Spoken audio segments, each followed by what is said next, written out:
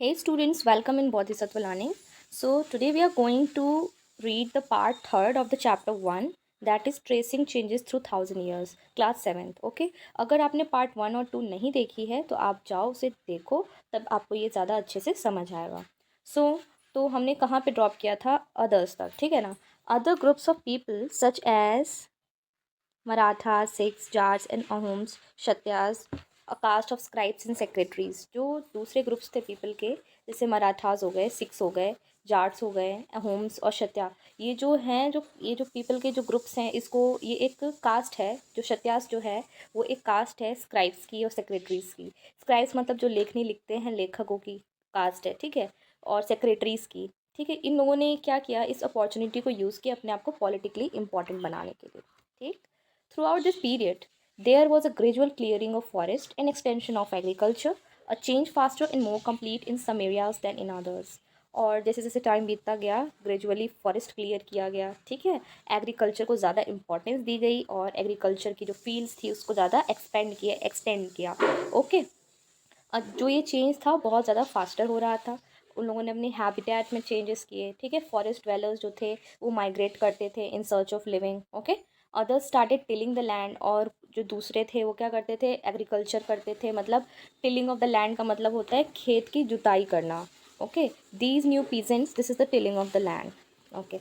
These new peasant groups gradually began to be influenced by regional markets. ये जो groups थे peasants के, मतलब जो फार्मर्स थे, और ये जो कास्ट जितनी भी जो थे, मराठा, सिक्स, चार्ट्स, ये जो इन लोगों का जो ग्रुप था, वो लोग रीजनल मार्केट्स में मूव करने लगा. थोड़ा सा प्रीस्ट मतलब साधु संत की तरफ ज़्यादा अट्रैक्ट होने लगा. मोनेस्ट्रीज, टेम्पल्स, मतलब इन सब चीज़ों में वो लोग पार्टिसिपेट करने लगे, ठीक है. अब देखते हैं next. They become a part of large complex societies and वो रिक्वायर्ड टू पे टैक्सेस. और जैसे जैसे उनका कहते हैं ना डेवलपमेंट, बट जैसे जैसे उनका डेवलपमेंट होता गया, वैसे वैसे वो एक कॉम्प्लेक्स सोसाइटी बन गई, ठीक है. और उनको भी क्या करना होता था, टैक्सेस देना होता था in order to be, okay, in order to be more development. उनको अगर चाहिए होता था तो उनको टैक्सेस पे करना पड़ता था, जैसे आजकल हम लोग करते हैं, ठीक है. And offer goods and services to local lords. As a result significant economic and social differences emerge among peasant. और इतना डेवलपमेंट होने लगा तो जो इम्पोर्टेंट क्या कहते हैं, इकोनॉमिक और सोशल डिफरेंस भी राइज अप होने लगा, ठीक. सम possessed more productive land and others also kept cattle. कुछ ज़्यादा प्रोडक्टिव लैंड किसी किसी के पास होता था, किसी के पास बंजर ज़मीन होती थी. तो ये सब तो कॉमन चीज़ें हैं. इकोनॉमिक और कैसे सोशल डिफरेंस होता है ये तो आप लोग जानते ही हो, ठीक है. कुछ बहुत ज़्यादा अमीर होते हैं तो कुछ बहुत गरीब होते हैं. किसी के पास कैटल्स होती है, किसी के पास नहीं होती हैं. कुछ आर्ट में अच्छे होते हैं, ठीक है. As a society became more differentiated, people were grouped into jatis. जैसे जैसे सोसाइटी डिफ्रेंशिएट होने लगी तो पीपल का जो ग्रुप है जातीज़ में बट गया, या फिर उसको कह सकते हो आप सब कास्ट, ठीक है. जातीज़ में बट गया. जो किस बेसिस पे डिवीजन हुआ था, उन लोग के ऑक्यूपेशन के बेसिस पे, okay. Ranks were not fix permanently. जो उन लोग की रैंक थी वो परमानेंटली फिक्स नहीं थी. And varied according to the power, influence and resource control by the members of जाति.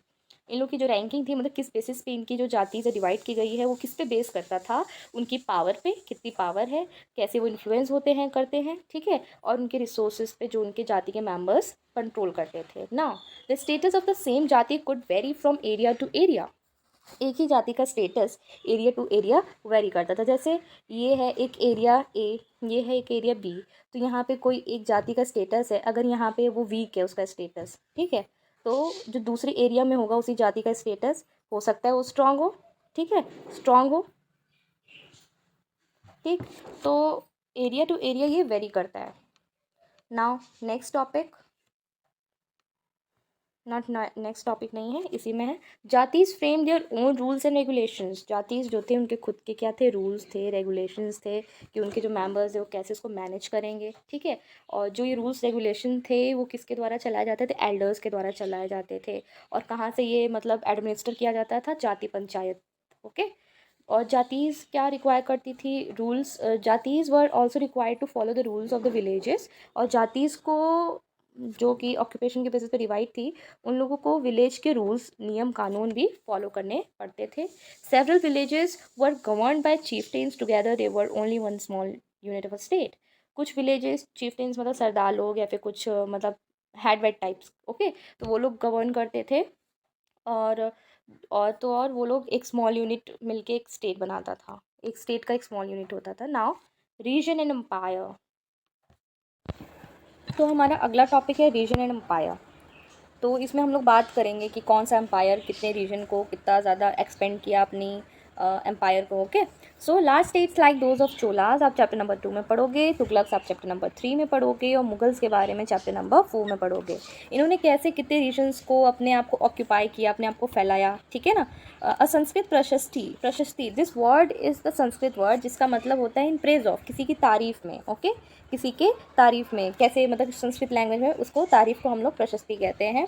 उसमें क्या दिया हुआ था, दिल्ली सुल्तान घियासुद्दीन बलबन जिनका रूलिंग पीरियड 1266 से 1287 थे। जो दिल्ली के सुल्तान थे घियासुद्दीन बलबन, उनका रूलिंग पीरियड क्या था, 1266 से 1287 था। तो इनके बारे में कुछ ज़्यादा ही मतलब कहते हैं ना प्रशस्ति, ज़्यादा इनके बारे में तारीफ़ लिखी हुई थी। क्या लिखा हुआ था कि इनका जो एम्पायर था वो बहुत वास्ट एम्पायर, इन्होंने बहुत ज़्यादा रूल किया था बहुत वास्ट एरिया में। जैसे कि this is our country India, यहाँ के साउथ के द्रविड़ से, ओके दिस इज़ साउथ का द्रविड़ जिसमें आंध्रा केरला वाला एरिया आता है साउथ के द्रविड़, और हमारे ईस्टर्न साइड के Bengal. Okay, this is Bengal, east में हमारे इंडिया के बंगाल है।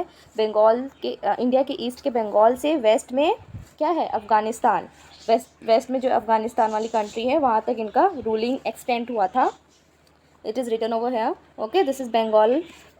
तो पुराने ज़माने में उसको क्या कहते थे, गौडा कहते थे, और अफ़गानिस्तान को क्या कहते थे, गजनी कहते थे, ठीक है, जो कि वेस्ट में है। ये आपको पता है एक दूसरी कंट्री है in the west, and included all the south India in Dravida. ठीक है, तो द्रविड़ आपको पता है साउथ इंडिया में, उसको भी इनका जो एम्पायर था इंक्लूड करता था। People of different regions like जैसे कि गौडा हुआ, आंध्र प्रदेश हुआ, केरला, कर्नाटका, महाराष्ट्र, ठीक है, ये जो भी इस इन डिफरेंट रीजन्स के जो पीपल थे वो लोग इनकी आर्मी से फ्लड अवे हो जाते थे, मतलब डर जाते थे, टिक नहीं पाते थे। ओके, तो हिस्टोरियंस का क्या कहना है, हिस्टोरियंस इस चीज़ के बारे में ये कहते हैं कि जो भी चीज़ें मतलब कि दी गई हैं, जो भी चीज़ें इन्होंने डिस्कवर करके पढ़ा है, उसमें ये इन्होंने देखा कि सब कुछ ज़्यादा ही बढ़ा चढ़ा के दिया हुआ है, ठीक है ना। लाइक वो संस्कृत का जो प्रेजिंग वर्ड था उसमें क्या है, मतलब किसी पर्टिकुलर किंग के बारे में ज़्यादा ही बढ़ा चढ़ा के देना। ओके, तो ये उसको हिस्टोरियंस क्लेम कर रहे हैं कि मतलब एक्चुअल में कुछ और है और रियलिटी में थोड़ा ज़्यादा बढ़ा चढ़ा के दिया गया है। Now language and region, this box is very important, not only this box, सारे बॉक्सेस इंपॉर्टेंट होते हैं, अक्सर हम लोग बॉक्सेस को छोड़ देते हैं। This is very wrong, we will cover this box. So this box is all about something which is written by Amir Khusrau. इस बॉक्स में जो भी लिखा हुआ अमीर खुसरो की बातें हैं। इन 1318 द पोएट अमीर खुसरो, ये पोएट थे, इन्होंने नोट डाउन क्या किया, a different language in different region of this land. India को कहा गया कि ये एक लैंड है जहाँ पे बहुत सारी डिफरेंट लैंग्वेजेस बोली जाती हैं, जैसे सिंधी हुई, लाहौरी हुई, कश्मीरी, ठीक है, तो दवसा मुद्री, तो दिस इज़ दवरसा मुद्री इन साउदर्न कर्नाटका में बोली जाती है। तेलंगानी जो आपके आज के ज़माने में तेलंगाना स्टेट बन गया है वो आंध्र प्रदेश में बोली जाती है, ठीक है। दिस इज़ गुजारी इन गुजरात, तो ये this is spoken in Gujarat, इस गुजरात में बोली जाती है। फिर Mabari in Tamil Nadu, okay, Gauri in Bengal, Awadhi in eastern Uttar Pradesh, and Hindavi in the Delhi. तो हिंदवी इसको आज के ज़माने में हम लोग इसको हिंदी कहते हैं जो दिल्ली में बोली जाती है। तो अमीर खुसरो कह रहे हैं इंडिया एक ऐसा लैंड है जहाँ पे डिफरेंट लैंग्वेजेस को बोला जाता है। Amir Khusrau went to explain that in contrast to these languages there was Sanskrit which did not belong to any region. Amir Khusrau का ये कहना है कि इन लैंग्वेज के बावजूद भी एक ऐसी लैंग्वेज है जो कि संस्कृत है। ओके, दिस इज़ संस्कृत, जो कि किसी भी मतलब पर्टिकुलर इसका रीजन नहीं है, कहीं भी बोली जाती है, ठीक है, इसका कोई रीजन नहीं है। It was an old language, इसको ओल्ड लैंग्वेज कहा गया है जो कि किसी भी रीजन से बिलोंग नहीं करती है। Common people do not know it, जो कॉमन पीपल हैं इसको नहीं जानते हैं, जो जानता है वो ओनली ब्राह्मण्स हैं, ठीक है, तो ब्राह्मण्स इसको जानते हैं। अमीर खुसरो के अकॉर्डिंग ये कहना था, ठीक है। तो we have completed our box. Now by 700 many regions already possess distinct geographical dimensions and their own language and cultural characteristics। 700 तक हमारे जो इंडिया के बहुत सारे रीजन्स थे उनके खुद के डिस्टिंक्ट जोग्राफिकल डायमेंशंस हो गए थे, मतलब अपनी अपनी बाउंड्री हो गई थी स्टेट्स की। ओके, लैंग्वेज हो गया था, डिफरेंट पहनावा हो गया था, मतलब सब कुछ थोड़ा डिस्टिंक्शन आने लगा था. You will learn more about this in chapter number 9. इनके बारे में और ज़्यादा डिटेल स्टडी करोगे आप लोग चैप्टर नंबर 9 में. They were also associated with specific ruling dynasty. ये किस चीज़ से एसोसिएट करती हैं कुछ चीज़ें, ruling specific ruling dynasties, like कोई किसी एरिया में कोई स्पेसिफिक डायनेस्टी रूल कर रही है. जैसे कि आपको मैं एग्जांपल दूँ, हमारे इंडिया के राजस्थान में मेनली राजपूत्स का ज़्यादा रूलिंग था. ओके, तो वहाँ की मतलब कि अलग अलग डिस्टिंक्ट जो रूलर्स थे उनके अकॉर्डिंग ये इन्फ्लुएंस होती है. Okay, now there was considerable conflict between these states. और डिफरेंट स्टेट्स तो थे, बड़ी बड़े रूलिंग स्टेट्स थे, जैसे Cholas, Khaljis, Tughlaqs and Mughals were able to build an empire that was an pan regional. मतलब क्या है कि जितने भी स्टेट्स थे उनके बीच में कॉन्फ्लिक्ट भी होते थे, दैट इज़ लड़ाई झगड़ा भी होता था. ठीक है, अप डाउन्स होते रहते थे उन लोगों के बीच में ओकेजनली. जैसे डायनेस्टीज़ हो गई, चोला डायनेस्टी, ठीक है, खलजीज डायनेस्टी, तुगलक्स और मुगल्स के बारे में कह रहे हैं ये ऑथर कि इन लोगों के बीच में हमेशा नोक झोंक तो चलती रहती थी. Spanning diverse regions. ओके, बहुत ज़्यादा डाइवर्स रीजन्स में इनका जो था एक्सपैंड हुआ था ना. Not all these empires were equally stable और सक्सेसफुल. ज़रूरी नहीं था कि ये सारे एम्पायर्स जो थे सक्सेसफुल थे और इक्वलिटी थी लोगों में, मतलब इक्वली स्टेबल थे. Okay, it was not necessary कि ऐसा ही था, मतलब कुछ किसी चीज़ में आगे था तो कोई किसी चीज़ में आगे था, तो अप डाउन बहुत ज़्यादा थे. Now next is when the Mughal empire decline in the 18th century. जब मुगल एम्पायर 18th सेंचुरी में डिक्लाइन हुआ, 18th सेंचुरी में. ओके, तो क्या कोई बता सकता है मुगल एम्पायर कब आया था, कोई भी मतलब अप्रॉक्स? तो I think Mughal empire 14th या 15th सेंचुरी के अप्रॉक्स इसी में आया था. मेनली 15th सेंचुरी में उन लोग का सेटअप हो चुका था और वो 18th सेंचुरी में डिक्लाइनेशन होने लगा मुगल्स का. किसका? मुगल्स का. ठीक है. When the Mughal Empire declined in 18th century, it led the emergence of regional states. जो मुगल एम्पायर था वो 18th सेंचुरी में क्या होने लगा? डिक्लाइन होने लगा. जैसे ही वो 18th सेंचुरी में डिक्लाइन हुआ तो इमर्जेंस दूसरे रीजनल स्टेट्स का हुआ, जो आप चैप्टर नंबर 10 में पढ़ोगे इस बुक के. ठीक है, तो मुगल एम्पायर कब डिक्लाइन हुआ? 18th सेंचुरी में. कब आया था? आई थिंक वो आया था 15th सेंचुरी में वो स्टैब्लिश हो चुका था. 14 या 15th सेंचुरी के अप्रॉक्स आया था और 15th में उसकी स्टैब्लिशमेंट हो गई थी, मतलब 300 ईयर्स इन्होंने रूल किया. ओके, तो फिर तो जैसे कोई किंग आता है वो रूल करता है तो कुछ अपनी पहचान दे जाता है. ठीक है, तो वहाँ के लोगों के रहन सहन के तरीके में थोड़ा बर्ताव आता है, मतलब थोड़ा चेंज आता है. हम लोग इंडिया की जो कंट्री है वहाँ पे बहुत ज़्यादा थोड़ा डाइवर्जन्स भी हैं पर यूनिटी भी है किसी ना किसी मामले में. ठीक है, जैसे कि जैसे कि ये कोई रीजन है, this is region A and this is region B. तो यहाँ पे यहाँ पे कोई पर्टिकुलरली किंग रह रहा है. ठीक है, और यहाँ पे भी कोई किंग एग्जिस्ट कर रहा है. यहाँ की जो जनता है यहाँ से अगर जाती है तो मतलब कोई किंग का टाइम पीरियड भी ओवर होता है. तो होता क्या, मेनली मेरा कहने का मतलब ये है कि हम लोग अपने कल्चर को, अपने फूड को शेयर भी करते हैं और किसी न किसी मामले में हम लोग एक दूसरे से डिफरेंट भी हैं. ओके, तो इसका मतलब ये है. तो जैसे across most of the subcontinent, the regions were left with legacies of the big and small states. तो अपने इंडिया के बहुत सारे रीजन्स में, बहुत सारे कॉन्टिनेंट्स में जो रीजन्स थे, बहुत सारी legacies of big and small states का. लेगेसी का मतलब यहाँ पे ये है कि कोई किंग रूल कर रहा है, उसके जो टाइम पीरियड था उसने कैसे रूलिंग, उसका पूरा रूलिंग सेशन कैसे था, उसने कैसे रूल किया, अपने किंगडम के पीपल को कैसे रखा. ओके, तो इस चीज़ के बारे में लेगेसी दर्शाता है थ्रू कार्टून्स या फिर कोई पोएट के थ्रू या फिर किसी चीज़ के थ्रू. ओके, उसे लेगेसीज कहते हैं. जैसे हम लोग बहुत ज़्यादा फेमस लेगेसी जानते हैं अकबर बीरबल की. ओके, तो हम लोग कार्टून्स के थ्रू उनकी लेगेसीज देखते हैं. तो लेगेसी का मतलब यही होता है. ठीक है, किसी चीज़ को दर्शाना, उनका रूलिंग पीरियड या फिर जो भी है किंगडम से रिलेटेड.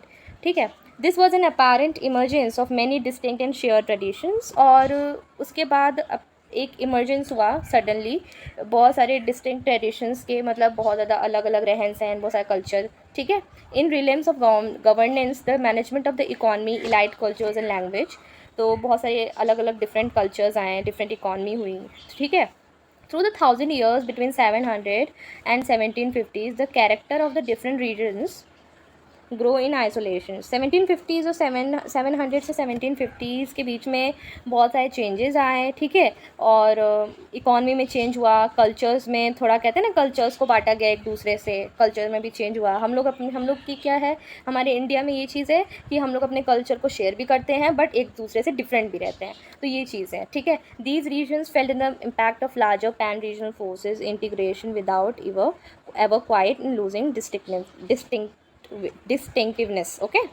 तो मैंने भी जैसे बताया, अपनी डिस्टिंक्टिवनेस को हम लोग लूज़ भी नहीं करते हैं, और क्या होता है, हम लोग एक दूसरे को अपनी चीज़ें शेयर भी करते हैं, अपने कल्चर्स को, ओके, अपनी यूनिकनेस बना के रखते हैं, ये मतलब था।